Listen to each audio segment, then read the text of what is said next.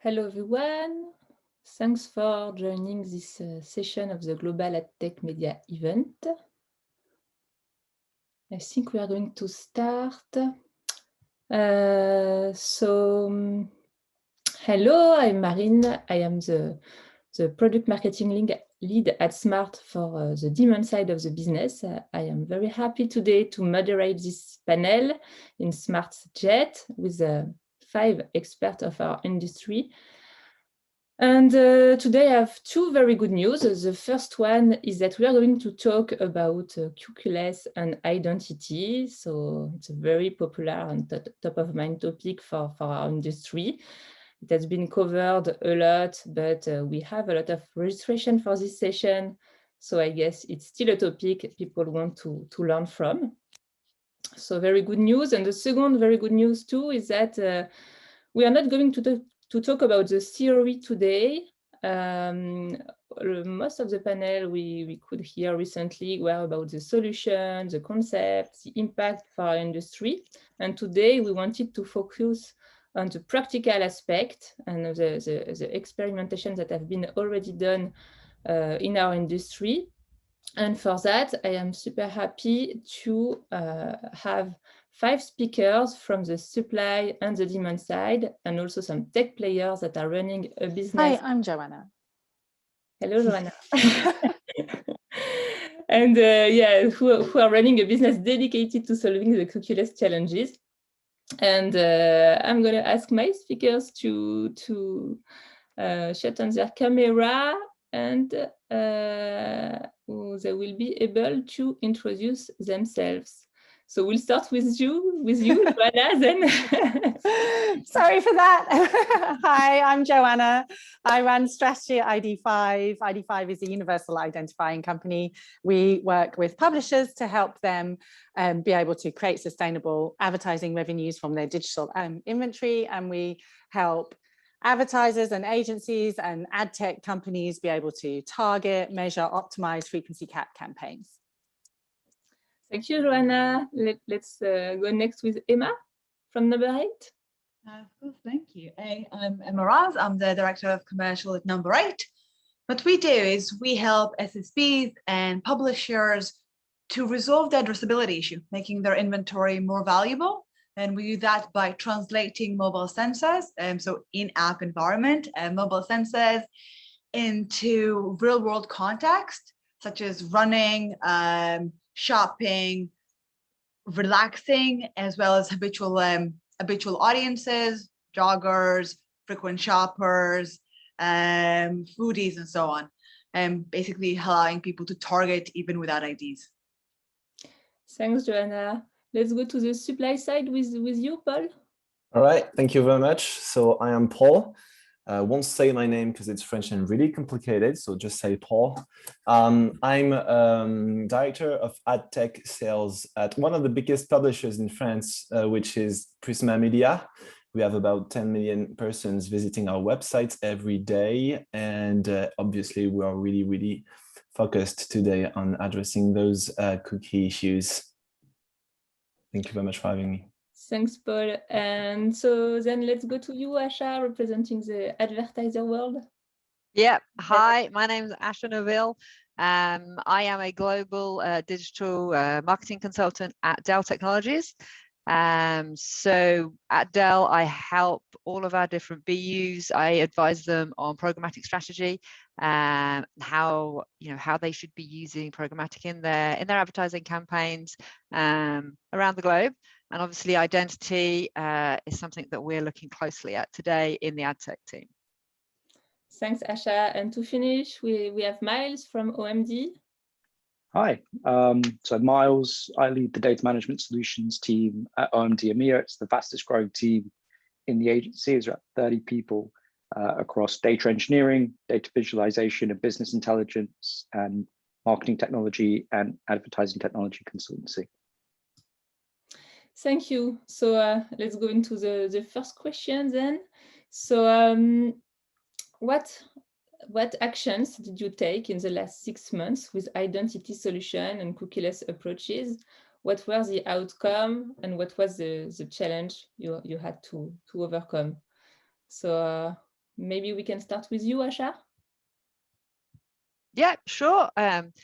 We've been obviously we've been looking at this for a while, talking to a lot of different people within this industry, trying to work out, what we should be doing, who is going to come out on top. We do not have all the answers just yet. We're working on a lot of education. We have started doing some testing. So one of our DSPs, Media Math, have got a really good integration with LiveRamp. And they were the first one we've actually tested with. So we've actually tested on some live campaigns, looking to see whether we can get the same scale in a cookieless environment as we could with a cookied up environment, whatever you want to call it. So we ran a live campaign, obviously a small one. We don't want to, do anything too crazy. But we actually had some really good results. Not only did we get pretty much the same reach as within the cookied environment, we actually got better engagement and better, we were measuring on ROAS, and we actually got better ROAS performance on that campaign, which was a big plus point because that was not something that we were expecting. So now we're looking at testing this with other DSPs, SSPs, and well, whoever else wants we can test with, over the coming months. Thanks a lot, Asha. So very positive first feedback from your testing. Maybe Miles, as on the agency side, you have some other insights to share with us about your experimentation? Sure, absolutely. I think it probably splits into first-party data, tests and trials that we've been running, which mostly at the minute is looking at extending relationships with primarily walled garden solutions and leveraging authenticated IDs like hashed email address and producing automated pipelines into the likes of Google, Facebook, and Amazon to support first-party data addressability at an ID level. So we've, I wouldn't say piloted those solutions, but I think extended the work that we had already set up with a lot of those different partners. And then in a prospecting environment, we've done, I think, much more testing and trialing of emerging solutions in the marketplace, primarily focused on contextual-based capability. So we've been looking a lot at contextual partners. I think our understanding of context and contextual solutions has evolved quite considerably over the past 6 to 12 months beyond simply looking at the content on the page, but looking at those real-time, real-world contextual moments. So we've been trialing a lot of those different solutions and having success. And primarily, we're looking at how well those solutions scale. And if we're able to deliver a campaign at scale across multiple territories and multiple markets, but then obviously looking beyond operational feasibility, we're able to look at performance, and we've seen mixed results, but I think that's to be expected, and generally speaking, quite positive results on the contextual side of things. We're also testing and trialing a lot of direct data partnerships with publishers and working much more on the direct relationships that we have with publishers and extending those. And then the final thing that I would say is on the measurement side, we tested quite significantly on probabilistic measurement. So looking at measuring impression exposure, attributing impression exposure and paid media engagement, generally speaking, to website interaction and navigation, and then through to purchase and conversion. So we've done a lot of experimentation around probabilistic measurement. Thanks a lot. And practically, those experimentations are overall positive or negative or so. What's your first insights, if you want to share them today? Sure. So like I said, most of the work that we've done in contextual-based solutions has been generally positive. I think we'll probably talk about some of the challenges in setting these things up as we go through today, but there's still a lot of work to be done, making sure these solutions can scale across multiple markets and can deliver significant campaigns in terms of budget requirements. But generally speaking, the performance has been solid. We certainly see it falling within the bounds of expectation for prospecting activity. And obviously, authenticated identity-based matching into walled garden solutions tends to provide quite high performance. We're limited in scalability there, but that's nothing new for us. So generally speaking, the performance has been in line with expectation. Thanks a lot. Maybe we can jump to you, Paul, because you are testing contextual as well. We do it on your side, and you also have some interesting insights for us here. So what we've been doing since 6 months to recap the previous question, there's a lot of stuff going on. I feel right now the market is in giant brainstorming mode, right, all together about those subjects. There are a lot of different ideas and initiatives, and we'll see in the long run which one will be the one the most used by our clients. So as a publisher, first goal, provide as many volumes as possible to our client, which means today consented volume and logged in volume and compatible with third-party identification volume and so on and so forth. So the first part is bringing as much useful volume as possible. Second part is being multi-compatible. So we want to be available through as many identification solutions as possible. So it means LiveRamp, it means Unified ID, it means ID5, it means ZeroTap, as many as possible, because nobody can tell right now what will be the most used in a couple of months, couple of years. So we want to be, so volumes plus multi-compatibility equal, we want to be used by our client, whatever the solution they want to try out, we want to tell them, go and try it out with us, because we have those capability for you to try them out. Now onto the question about contextual. For now, it can change, but for now we feel contextual is one part of the answer, but not the full answer. It feels like today it cannot address 100% of the demand we have about targeting and measure.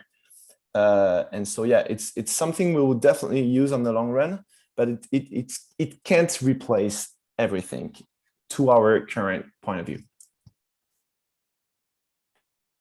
Thank you, Paul. So in between, we have Emma and Joanna representing really the pure cookieless business.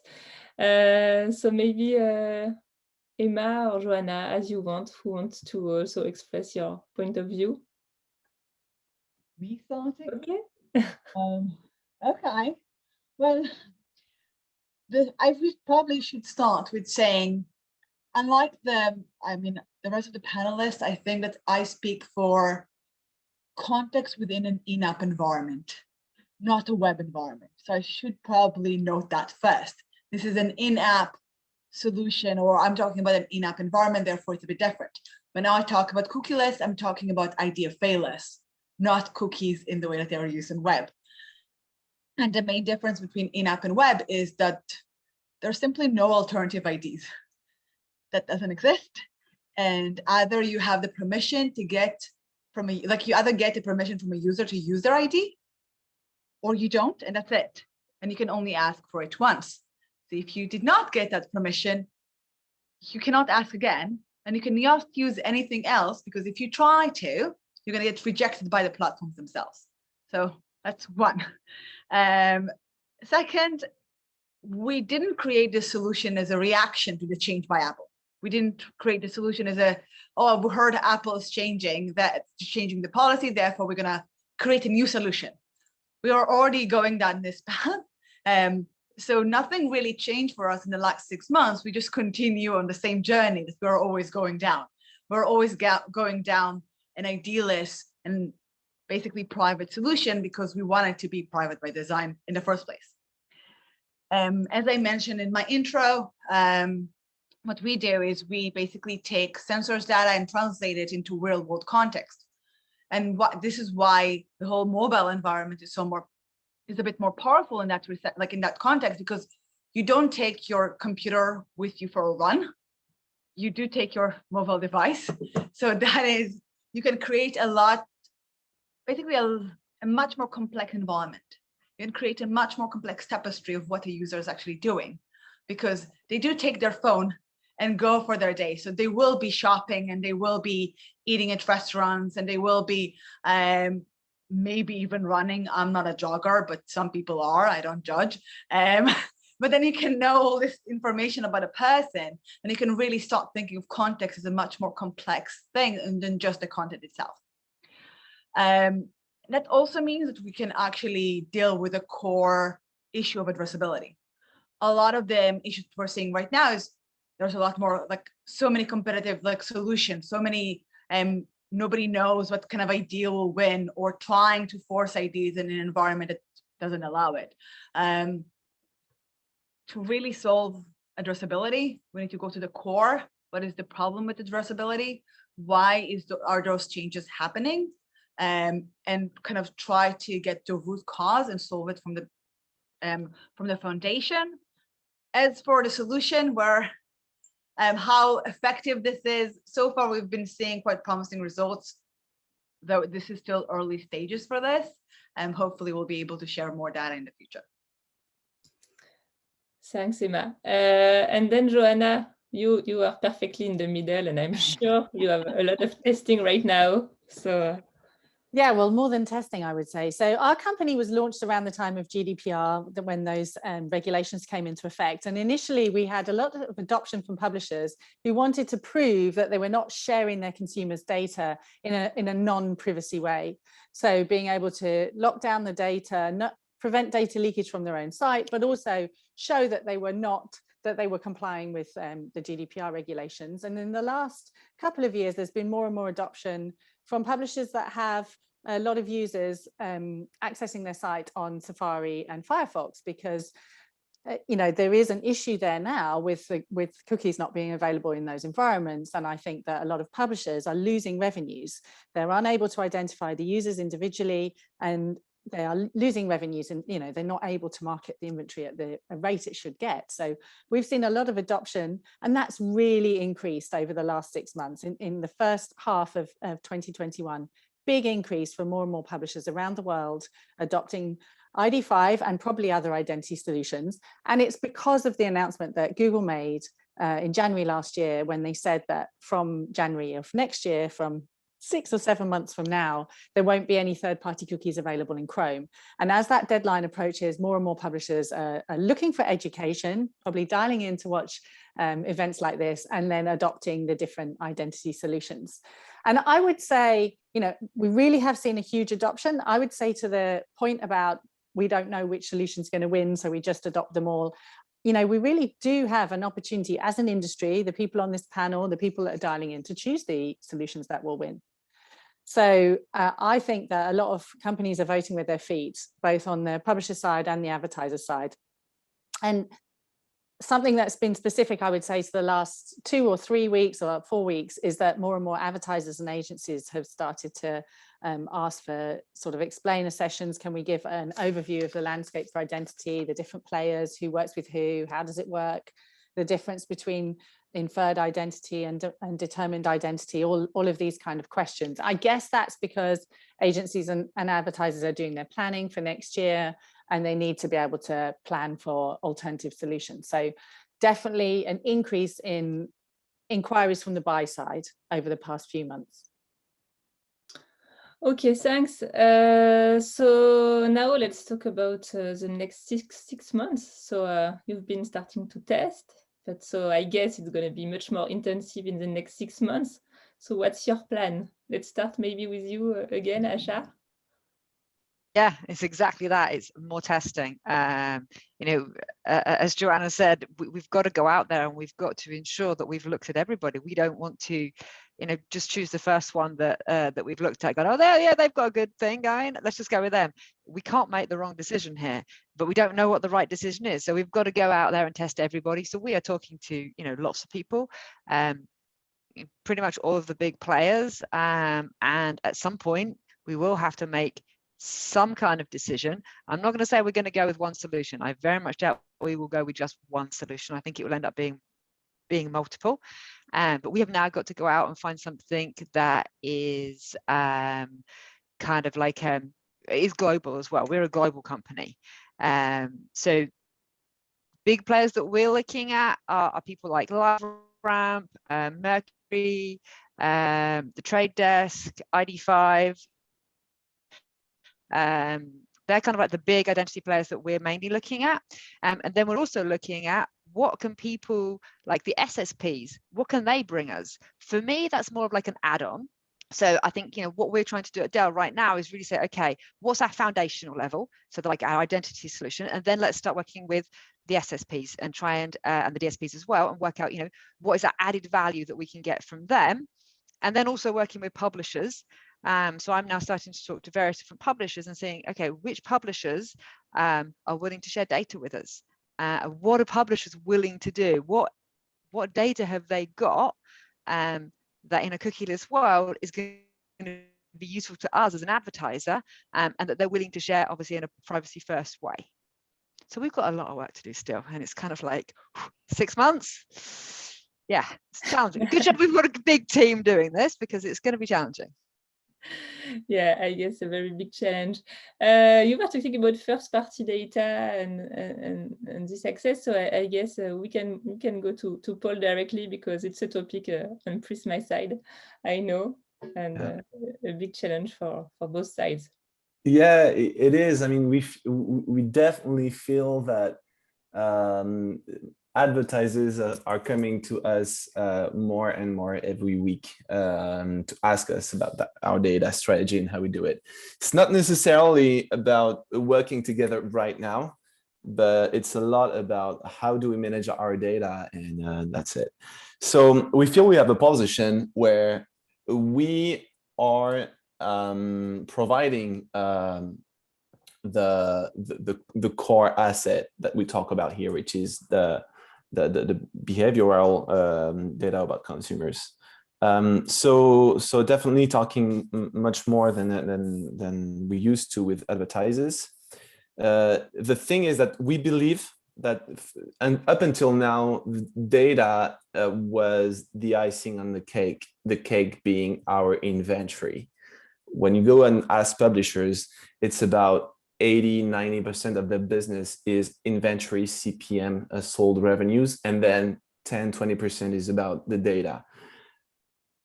We believe in a few years, data will be another cake on itself. You know, it's gonna be a new revenue stream for publishers, something else, because yeah, we feel we need this fuel to fuel our advertising and advertising of our clients. So we don't really know how we're gonna do those bridges with advertisers so far. We have some experimentations, and we know how to connect DMPs together, to connect DSP and DMPs together. But definitely I think in a few years, we'll be working with data as fluidly maybe as we work with inventory in the SSPs and so on and so forth. So yeah, it's definitely a discussion that we have more and more. Thanks, Paul. Maybe Joanna, as providing an alternative ID and a solution for this first-party data topic, you want to comment and to what also what you are planning to do in the next 6 months? Yeah, the next 6 months, I'd say, is more of the same, but clearly there's a need for me to spend more time focusing with advertisers and agencies. Our approach has been very much, we would say, to stock the shelves of the shop before we open the shop. So we've worked with lots of publishers around the world to activate their own first-party data so that can now be accessed by the advertisers and agencies. And I think that a lot of campaigns are running now, a lot of digital advertising is running now, is using ID5's ID and other IDs when there is no third-party cookie present, just as part of the always-on activity. I think maybe a focus for the next 6 months could be to look at specifically isolating specific campaigns, maybe one agency on one country, or one brand in like a handful of different publishers with specific KPIs. So just look to isolate those tests, get the KPIs, track and measure, and then look at how we can improve on the technology side and improve the campaign planning going forward, and be ready with what we learn now in environments where we can compare when third-party cookies are available, be able to apply that when the cookies are deprecated in Chrome next year. So that will be a big focus for me. But I also, you know, most of the publishers we work with, or we work with many publishers around the world that work with us on our inferred identity solution and also our authenticated identity solution. And I think it's interesting that we mentioned that, like, publishers looking to gather more first-party data. I think that's really important, but often this conversation just collapses into a conversation about logged in emails and having the consumers log in and publishers looking, you've got 6 months to create a new product that's going to be able to get more logged in emails. So it doesn't have to be that. Actually, lots of the advertisers I'm talking with want the reach of probabilistic solution, as well as maybe they may have specific email addresses in their CRM campaign or telephone numbers or any other data point that they're looking to target. So I think, again, probably more education and more isolated tests coming up over the next few months, and looking to gather more first-party data in all its forms. Thanks, Joanna. Miles, on your side, about first-party data, publisher first-party data, or alternative ID, some plans for testing? And yeah, I think much of the same, really. It's still a very busy period for experimentation, for test and learn. I think that certainly over the next several months, we're going to look to solidify the portfolio-based approach of many of our clients. We've been spending a lot of time investigating and learning about the various alternatives and how we can connect better the various different alternatives that mitigate against the loss of the third-party cookie. I think now it will be really about concretizing that for a lot of our clients and talk to them in very specific terms around the portfolio solutions that they have available to them. And really, we're moving into a phase of trying to now roll these solutions out and make them operationally scalable over, in some cases, as many as 40 different markets. So it really takes quite a different form when you've got that degree of scalability that you need to build into the solutions that you're developing. So, I mean, on the top of my list at the minute, the 3 or 4 things, first and foremost, it's rolling out a contextual based marketplace that's, generally speaking, leveraging deal IDs and the bid stream in order to be able to target predictive audiences based on their real-time context, a little bit like what Emma was talking about for in-app inventory and for web inventory. It's looking at alternative probabilistic identity solutions, as Joanna was talking about, that provide scale and inferred identity. And we're looking at that, as I said, from both the measurement perspective, where it tends to provide a higher degree of reach and accountability for paid media particularly, but also from an activation point of view, again, leveraging private data marketplaces. We're increasingly moving toward deal ID based activation, leveraging the real-time bidding protocol and private marketplaces, but more from a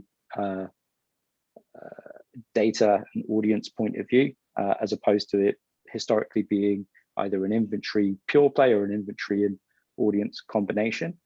And then the other thing that I would mention is the use of clean room solutions, independent clean rooms, types of InfoSum, to help to build the bridge between our advertisers and publishers and media owners, so that we can have mutually beneficial arrangements there with the transfer and the matching of audience data across the buy and the sell side.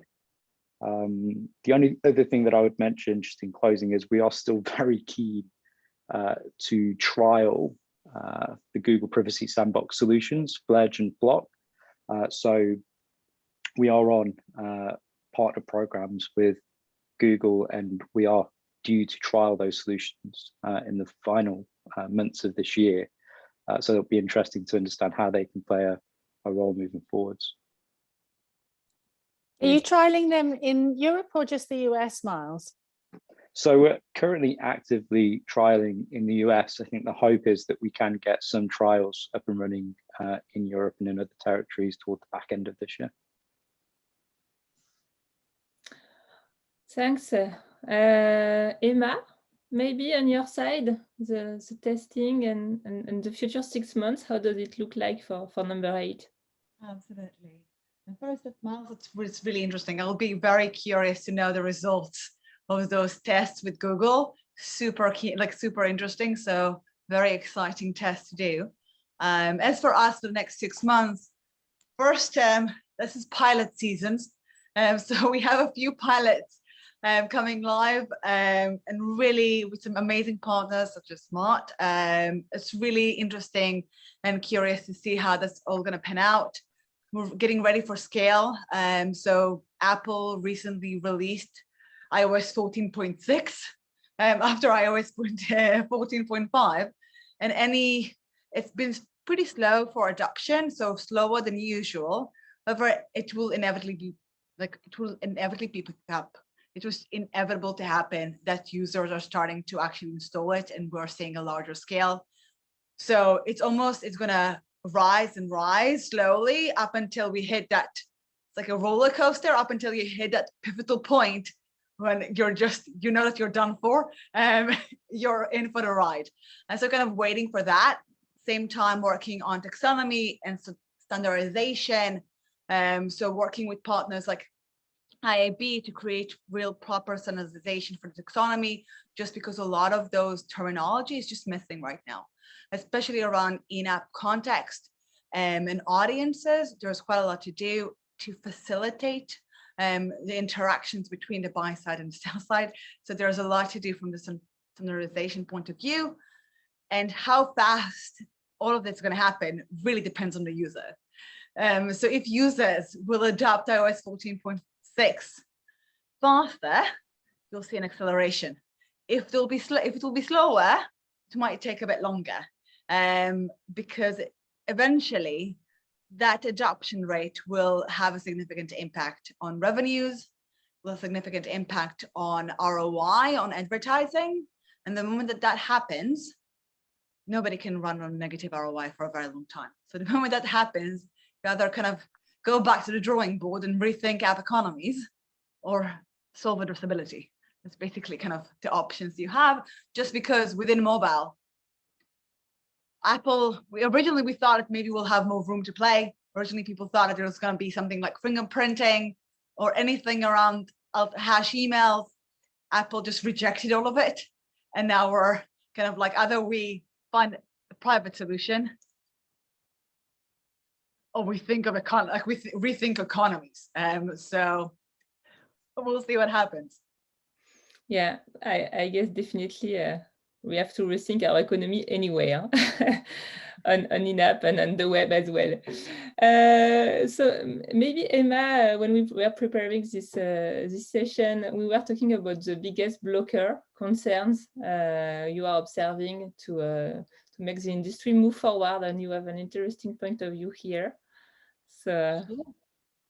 Absolutely, thank you. I think that especially for iOS or the mobile world, it's a very noisy market, and because there's quite a lot of noise, it leads people to either be confused and then disconnect. Think of when COVID first hit, like we had all this news, it was very confusing, and therefore we wanted to just kind of like unsubscribe and disconnect and not think about it anymore. And we're kind of in the same boat right now with the whole IDF change. There's too much information, none of it is very accurate, and therefore we don't want to hear it anymore. Also because several things are happening at the same time with cookies and IDFA. A lot of publishers, a lot of players just were so focused on cookies going away, they almost forgot about IDFA. It was almost like, oh, we'll worry about that later. But since IDFA changed sooner, or was in place sooner, they're not kind of, so this actually happened. Now we have to deal with it right now because this is happening right now, and cookies will only disappear in January. So there's too much changes all at once, and they don't know what to prioritize, and whatever seems bigger gets all the attention. And then after something already changed, like, uh-oh, now we have to deal with that. And many of the solutions are just unsustainable. And I think part of it is because that Apple wasn't super clear. At the beginning, when they first launched it, people believed that alternative IDs will be possible. And they were banking on it almost.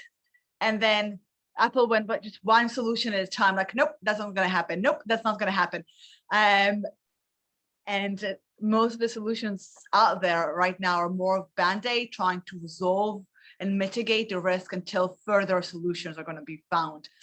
And that's why nobody wants to be the first to test it. Why would they want to invest money and effort in something that's only going to last for a couple of months? So as always, any innovator dilemma, one, you want to know that if you're investing your time, it's going to be sustainable. Second, nobody really wants to test anything fast. You want to be innovative, but not too innovative. You want to be like the third person to innovate. There's the first person who takes all the risk, and the second person who takes some of the risk. And then I'm going to be the third, maybe fourth. I'm going to see you two try, and then I'm going to maybe join in. And that's kind of where we're like, nobody wants to be the first. And we're trying to find, oh, there's a few people that are brave enough to really go for it. Yes, indeed. And Miles, also on your side, some blockers that you identified? Yeah, I think just speaking from my experience, one of the major blockers that I've had is this is all quite nascent capability and technology. We're talking about emerging solutions that are still, in many cases, developing their proposition or integrating with the wider Adtech ecosystem. So certainly one of the challenges we've had is the limited availability or access to solutions. So the theory sounds fantastic, but then when you look to actually set up a trial or a pilot, it's, you know, being able to set that up, leveraging one publisher in one market, where we're talking about, in most cases, requiring at least a roadmap to multi-market deployment. So that's certainly one thing that we've experienced that's made it slightly more challenging, particularly with the number of suppliers and tests and pilots that we're looking to run. Often those important markets overlap, right? So where somebody can trial one thing, you know, it tends to be the same handful of markets, and we only have a certain amount of resource and can't constantly be throwing new pilots at our teams all the time. The only other thing that I would say is held us up, and I don't want to make a sort of wide sweeping point about regulation, but I don't think it would be too controversial to say regulation does slow down innovation. It slows down our ability to test and to trial new solutions. And I think when the market moves as quickly as our market moves, particularly in the identity ecosystem, it can be a little bit challenging, making sure you've dotted all of the I's, crossed all of the T's, gone through all the legal due diligence, which the current regulation requires, at the volume, at the pace that we need to do that in order to be able to put these solutions together. So that's the one other thing that I would say has been a bit of a challenge. Indeed. Okay, I see a message from the timekeeper, and we have only a few minutes left, so we can go to the conclusion part. So what would be your advices to advertisers and publishers who are listening to us today regarding what to do next? Maybe we start with you, Asha, again. I think for advertisers like us, I'd say you need to educate yourselves. You need to be aware of what's going on out there. Don't sit around and just hope that, you know, come January next year, somebody will have worked it out and you can just click your fingers and plug and play it and it will be done. I think if you do that in January, February, March, whenever this actually happens, you're going to be scrambling. So I would say get out there, talk to your agency, talk to the different vendors who are out there. You know, attend panels like this, which you're obviously doing, and you know, just learn about it, and then educate the other people who work around you. Because I think everybody's aware this cookie thing is going to happen, but I'm not convinced that everybody actually realize what the implications are going to mean to their actual campaigns and to their bottom line, to their revenue, when the cookie hits the fan, as we want to say. And then on the publisher side, I would say work with us advertisers. We really want to, well, those of us who are looking into it, we want to know what publishers' data is going to be available to us. For us, that's going to be kind of like the new gold. We want to be able to get something from you as publishers. If you have got logged in data, great, but you know, the other question is also, you know, we talked about earlier, is it's not just logged in data. prospecting. How the heck are we going to do prospecting in the future? I'm sure the publishers have got all of this information about people who log into their sites that they will be able to package up into new, I don't know, deals, let's say, for us as advertisers to be able to use, to be able to go and then find net new clients. So that'd be my advice. Thanks, Asha. So nice to see how closer you want to go to publishers, to be from publishers. Maybe Paul, on your end. Thank you very much for the advices, Asha. Well, I think I'll just answer about what Asha said and we don't really know each other yet, but yeah, as a publisher, we tend to know that we need to provide our data to advertisers and as well as insights. So one of the key priority this year is trying to build this, this platform where any advertiser can simply see what our users love to read right now on our websites. What are the key stuff that people want to know about when they go online and read content, right?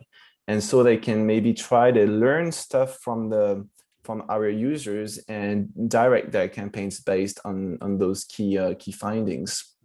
But that's something that we're building. An advice for publishers, like the same thing as us, like dedicate as many resources as possible to help your clients go and try the solution. Don't wait for the market to decide for you guys, because the key KPIs for Prisma Media might not be the key KPIs for another publisher that will have other needs, and maybe they will need other solution.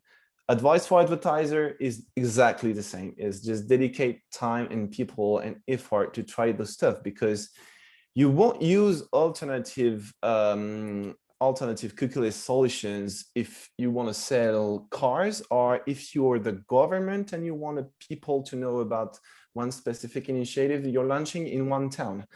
So it really, you don't need to wait for the market to decide for your own. And if I can maybe an advice for the people in between, it's like simplicity is key, really.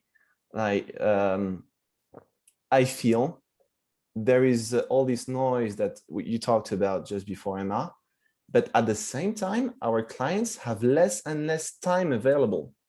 So you have those two phenomena at the same time, and sometimes it's going a bit crazy. So I think we need as simple as possible solutions that are as simple as possible. And if someone can bring a very, very easy to use solution where you just click a button and then you have your results and your targeting and so on and so forth, blending together contextual plus ID plus I don't know, in a very, very simple way, in an Apple-y way, I would say, if we want to think about their products, then it will be awesome. Yes, indeed. Miles, on your end, what's your advices? I'll keep my advice pretty practical, I guess. I would leverage the time that we have whilst we still have third-party cookies available within Chrome. Setting up tests and pilots at the minute is important because you're able to assess the performance across different environments, ones that have access to third-party cookies still and ones that don't. So it's a really important time, whilst we still have access to third-party cookies, to go through the process of testing and trialing and comparing these different solutions and seeing them in their true form and comparing them to the existing and what will soon to be the extinct capability of the third-party cookie. The other thing that I would do in the time that we have whilst we still have third-party cookies is to document and take record of key themes and patterns that you see, particularly in measurement, things like multi-touch attribution, where we still have access, readily and easily available access to these data sets and these information sets that tend to not alter or change to too great an extent over a short period of time. You can take a lot of that learning and a lot of that insight and information on into modeling processes and into informing planning and buying processes way beyond the loss of the third-party cookie. So I'd benefit and maximize the opportunity that you have now. Thanks. Joanna? If I could add to that, I agree with what everybody said. I do agree, Miles, that contracts and legislation can hold things up. I spend a lot of time trying to explain to publishers in Japan and Australia and the US why they need to adhere to our GDPR clauses, but it's not just because we have servers in Europe, but it's also because I believe this is the direction of travel. That the GDPR is like the gold standard of privacy legislation. And so I really feel that the solutions that we're testing now and that will win out in the future have to be privacy by design. And I think that we've talked a lot about data, about publisher data and advertiser data, and it's going to become really more valuable, but it's important that it's not shared openly, that it's protected, that you protect your own sites from data leakage, and that advertisers are not sharing their data, or we're not looking to sell data in a way that doesn't work for the consumers and isn't sustainable in the long term. And then my final point, I agree with what everybody else has said, but I also think it's important to turn to the ad tech partners like Smart, who are leading in this area, as well as the industry bodies. So the IAB, the AOP in the UK, the MMA, the ISBA, the different bodies that work either for the advertisers and agencies or for the publishers, because collectively, if you come together, I think you'll have more learnings and more shared insights from the different tests, and also looking at the regulatory framework. I think the IAB has been brilliant on the transparency and consent framework and setting these standards that will benefit everybody, and can have more, some small publishers will be able to have a bigger voice by collaborating with others. Okay, Emma, very, very quickly, because we need to close the panel. I will do my best. So completely agree with Joanna. And I think that if we all try to understand the spirit, those rules and regulations, those changes were made in, we will identify which solution will be sustainable over time. If we just go in that spirit, we should be okay. As for advertisers, I will probably say be wary of cheap UA. It's not cheap. Buying media, when it says it's cheap, it's on sale, it's probably not that cheap. First-party data is fundamental. Get to know your high-value users as much as you can, and don't be afraid to try new things. Publishers, we coined a term called FOMI, which I love, and it means first-party data, on-device computing, ad monetization is going to be impacted, so just accept it, and IDs are going away. We might as well get on that train because it's already left the station. If we try, within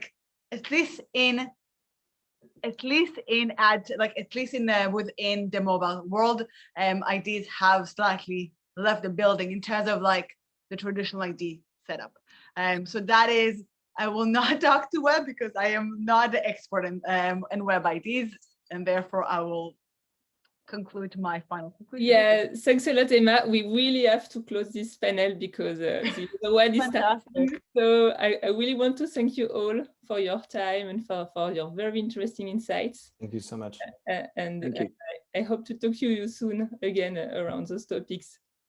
Thanks. Look forward to that. Thanks very much. Thank you so much. Bye. Bye. Bye.